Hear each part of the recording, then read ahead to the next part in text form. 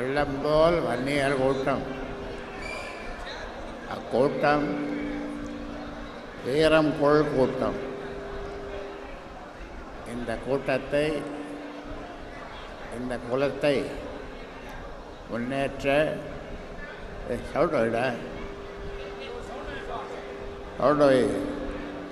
இந்த குலத்தை முன்னேற்ற 46-47 ஆண்டு காலமாக தொடர்ந்து பாடுபட்டு வருகிறது.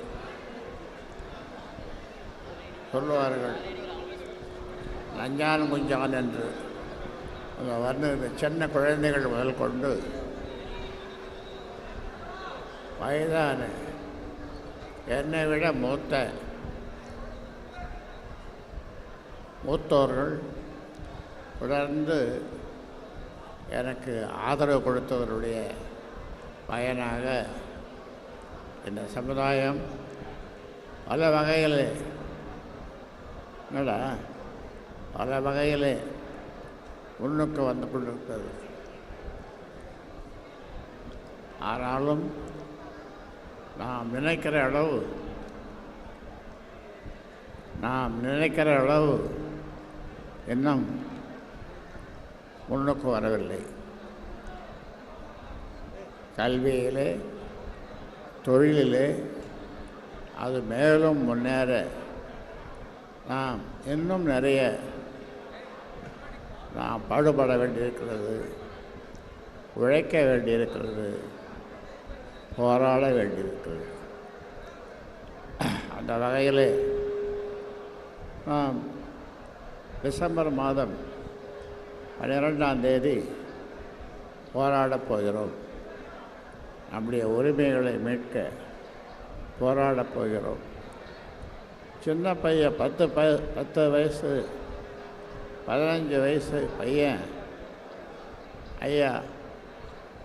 ஐயா என்கிறான். என்னப்பா இந்த 10.5 எப்போ கிடைக்கும்னு கேட்குறான். 10.5ன்னா அவனுக்கு தெரியாது. சீக்கிரம் கிடைக்கும்பா, நான் போராட போகிறேன், நீ என் கூட வரையா? நானும் வரேன், என்னை இட்டு போங்க. 10-12 வயசு பையன் அவன் தயாராகிட்டான் போராட. ஒரு காலத்தில் 7 நாள் சாலை மறியல் இந்த தமிழ்நாட்டையே ஸ்தம்பிக்க வைத்து விட்டோம். உலகமே பார்த்து ஆச்சரியப்பட்டது. அமெரிக்காவிலிருந்து வெளிவருகின்ற நியூயார்க் டைம்ஸ் கால் பக்கம் அந்த போராட்டத்தை பற்றி என்னையும் என் படத்தை போட்டு கால் பக்கம் செய்தி போட்டது அந்த காலத்தில். இப்பொழுது வெறியோடு எப்படியும் 10.5 20 வாங்கவில்லை என்றாலும் 10.5 வாங்கியே தீருவோம் என்று இன்றைக்கு சின்ன பசங்களிலிருந்து போராடி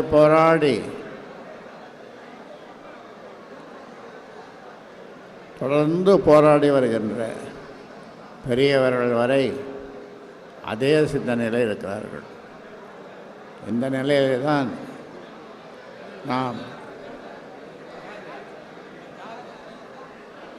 நமக்கு ஏற்பட்ட ஒரு துரதிர்ஷ்டம்.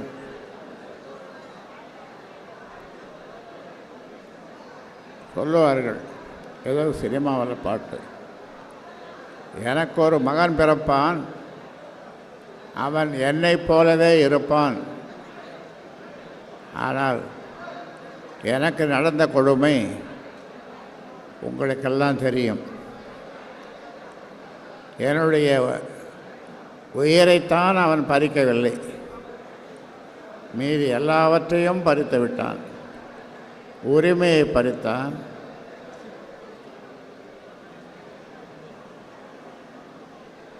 என் வியர்வை, நான் சிந்திய வியர்வை, அந்த வியர்வையை வீணாக விடக்கூடாது. அதனாலே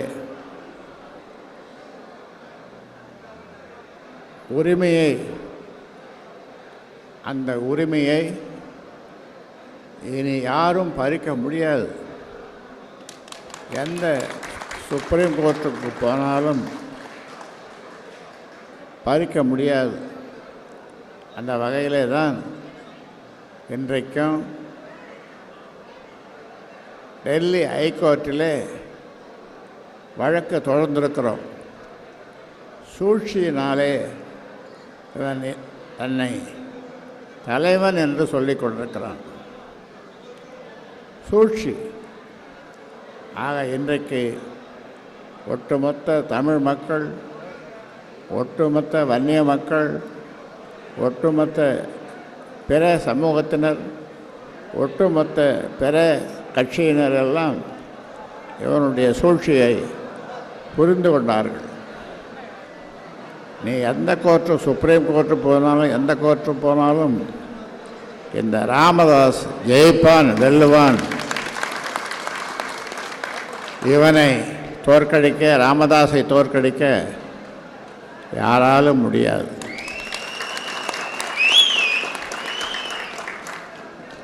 உரிமையை பறிக்க எண்ணாதே, உடைமையை பறித்துக்கொள். என்னிடம் என்ன இருக்கிறது பறித்துக்கொள்? எல்லாவற்றையும் தான் பறித்து கொண்டாயே, என்னிடம் ஒன்றும் இல்லை. ஆனால் வியர்வை சிந்தி 46 ஆண்டு காலம் 96,000 கிராமங்களுக்கு சென்று எம் மக்களை சந்தித்து எம் மக்களிடம் பேசி அவர்களுக்கு இதை நம்முடைய சமூகத்தின் நிலைமையை சொல்லி வளர்த்த இந்த கட்சியை நீ முழுதும் அபகரிக்க எண்ணுகிறாய். அதனால் இந்த உரிமையை என்னால் விட்டு கொடுக்க முடியாத நிலையிலே தான் நான் மீண்டும் இந்த கட்சியினுடைய தலைவராக ஆனேன். எனக்கு உதவியாக என் மூத்த மகள் செயல் தலைவராக ஸ்ரீகாந்தி பரசுராமன் அவரை எனக்கு துணையாக இருமா என்று அதை செயல் தலைவராக நியமித்தேன். இதற்கு முன்னாலே உங்களோடு பேசியது நீங்கள் பார்த்திருப்பீர்கள். அதனால் டெல்லி ஹைகோர்ட்டிலே நாம் வழக்கு போட்டிருக்கிறோம். 28/5 மாதம் 22வது ஆண்டு திருவேற்காட்டிலே நடந்த பொதுக்குழுவிலே தேர்ந்தெடுக்கப்பட்ட நீ உன்னுடைய பதவிக்காலம் முடிந்துவிட்டது. இப்பொழுது ஏமாற்றி பொய் சொல்லி, ஆனால் தேர்தல் கமிஷனையே நீ விலைக்கு வாங்கிட்ட. இங்கே எல்லாரும் என் கூட இருந்தவங்களெல்லாம் விலைக்கு வாங்கினேன், வாங்கிட்டு இருக்கிற. இப்போ தேர்தல் கமிஷனையே விலைக்கு வாங்கிட்டேன். தேர்தல் கமிஷனுக்கு உண்மையை சொன்னாலும் புரிய மாட்டாங்க. ஏன்னா பணம் விளையாடிட்டு, பணம் பத்தும் செய்யும் என்று சொல்லுவார்கள். பணம் தேர்தல் கமிஷன் வரைக்கும் போயிடுது.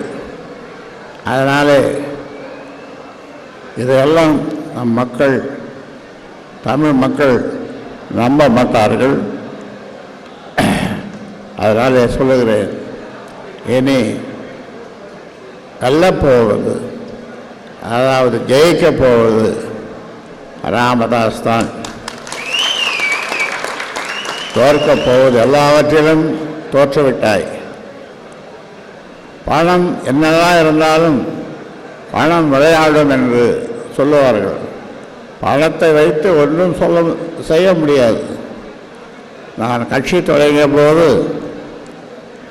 ஓட்டு போடுங்க, ரூபாய் நோட்டு ஒன்றும் கொடுங்கன்னு கேட்டேன். ரூபாய் நோட்டு ஒன்றும் கொடுங்க, ஓட்டும் போடுங்கன்னு கேட்டேன்.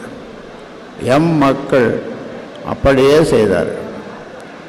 தனியாக நின்று 4 சட்டமன்ற உறுப்பினர்களை பெற்றோம்.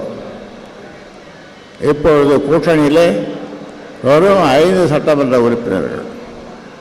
அதற்கு காரணம் இவனுடைய செயல்தான், தேர்வுதான், தலையீடுதான். ஆக இனி அது நடக்காது. அதனால் என்னுடைய இந்த உரிமையை நான் விட்டுக் கொடுக்க முடியாது. என்னுடைய உழைப்பை இனி யாரும் திருட முடியாது. பார்த்தோமே கூட்டத்தை, இது கூட்டமாக இது, இந்த மாதிரி கூட்டத்தை யாராவது கூட்ட முடியுமா? நீ கூட்டுவ, ஒரு 25 லட்சம் முதல்ல கொடுத்து அனுப்புவேன். அந்த 25 லட்சத்தை எல்லாருக்கும் இறைப்பானுங்க. அது ஒரு கூட்டம். இப்படி ஒரு கூட்டத்தை தான் உன்னால் கூட்ட முடியும். இந்த கூட்டம் இது கூட்டமாக வரும்போது பார்த்தோமே, வெள்ளம் போல் தமிழர் கூட்டம் என்று.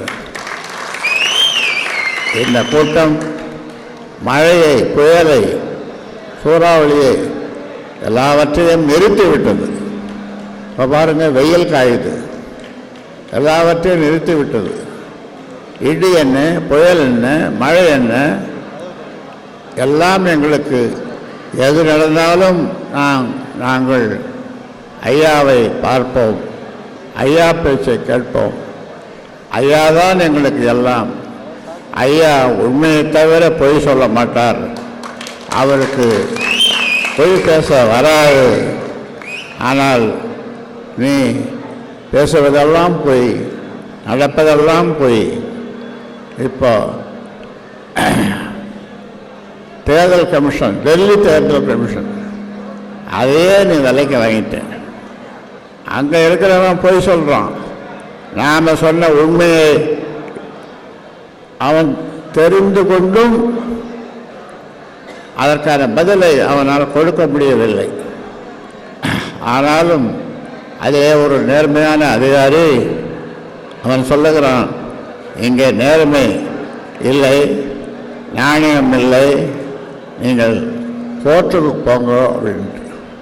ஒரு நேர்மையான ஐஏஎஸ் அதிகாரி, தேர்தல் கமிஷனில் இருக்கிற ஒரு அதிகாரி. அதனால் இன்னைக்கு டெல்லி உயர்நீதிமன்றத்தில் வழக்கு தொடுத்து விட்டோம், வழக்கு போட்டு விட்டோம். அதனால் அது திங்கட்கிழமை அதை எடுத்துக்கொள்வார்கள். அந்த வகையில்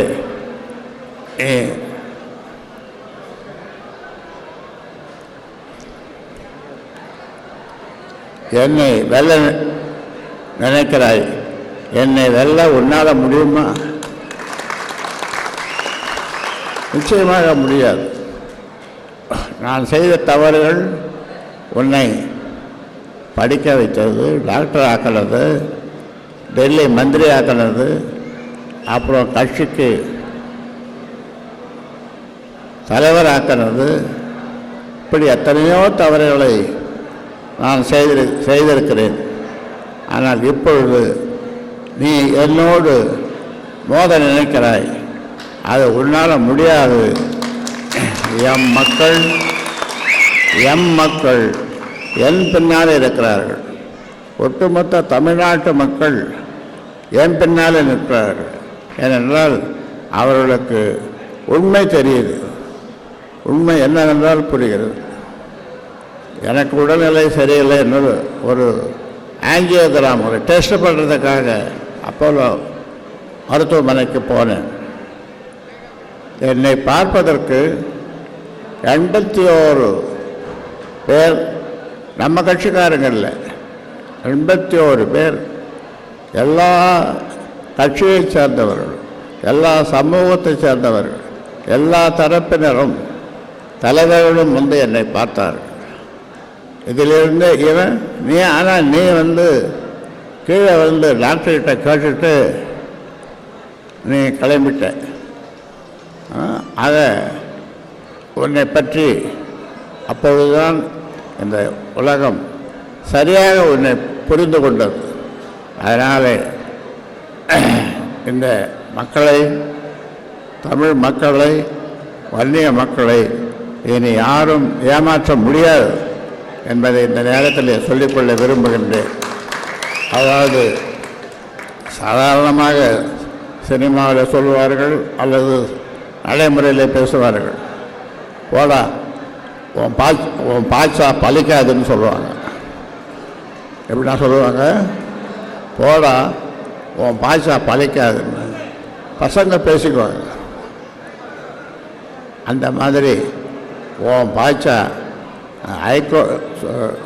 டெல்லி தேர்தல் கமிஷன், தலைமை தேர்தல் கமிஷன்கிட்ட நீ அங்கே போனாலும் நீ வெற்றி பெறலாம், ஆனால் நீதி வெற்றி பெறும், நியாயம் வெற்றி பெறும். என் பக்கம் நியாயம் இருக்கிறது. அதனாலே மக்கள் என் பின்னால் இருக்கிறார்கள், மக்கள் என் பின்னால் இருக்கிறார்கள். நான் யாரையும் கிரேன் போட்டு கிரேன் அளவுக்கு பெரிய மாலை செய்து தலையிலே போடு என்று நான் சொன்னதில்லை. யாராவது கொடுத்தாலும் கூட புத்தகமாக கொடுங்கள் என்று சொல்லுவேன்.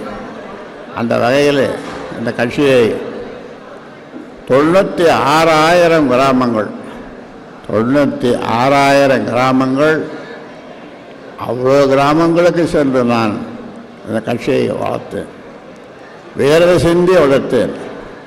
இன்றைக்கு ஒரு மிகப்பெரிய ஆலமரமாக இது வளர்ந்திருக்கிறது. இந்த ஆலமரத்தில் ஒரு கிளையில் ஏறிக்கொண்டு அந்த மொனக்கிளையில் உட்காந்து அடிக்கலையை வெட்டுறேன்.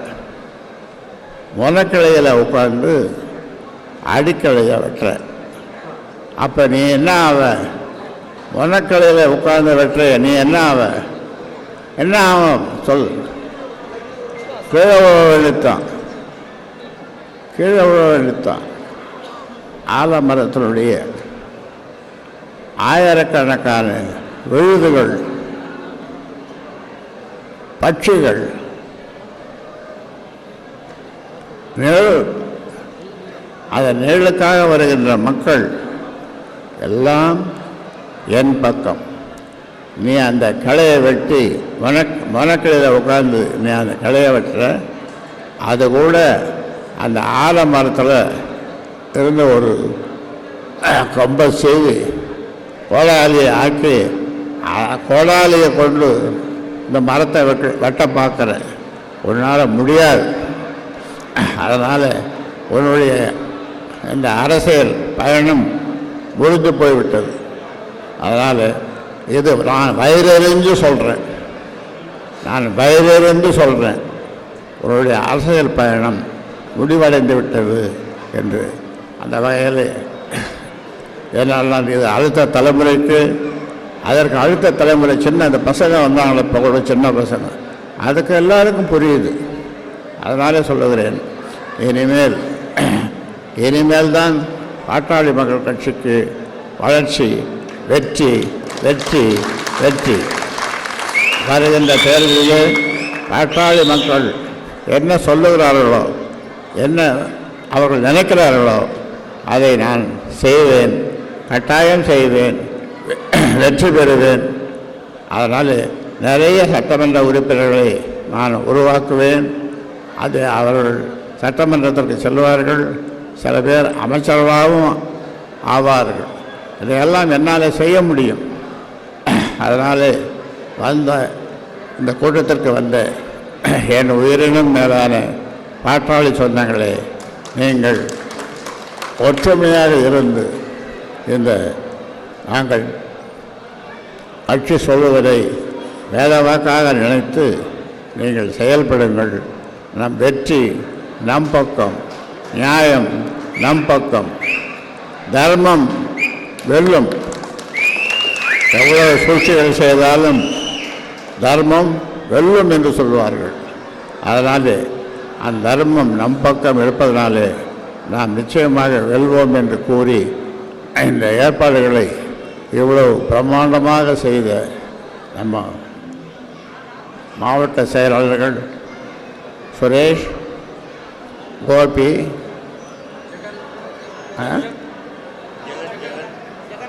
ஜெகன்,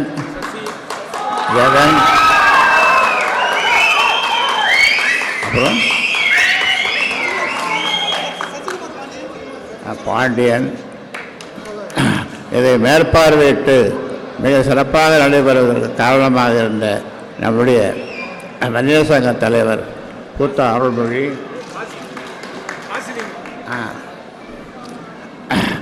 அனைவரையும் இந்த நேரத்தில் நான் பாராட்ட கடமைப்பட்டிருக்கிறேன்.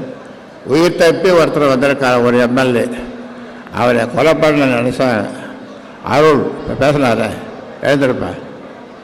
அருள் அவரை கொலை செய்ய நினைத்தார்கள்.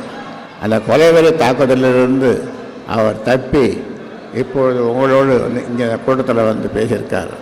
அதனால் இந்த தென்னார்காடு மாவட்டம், அதில் கடலூர் மாவட்டம்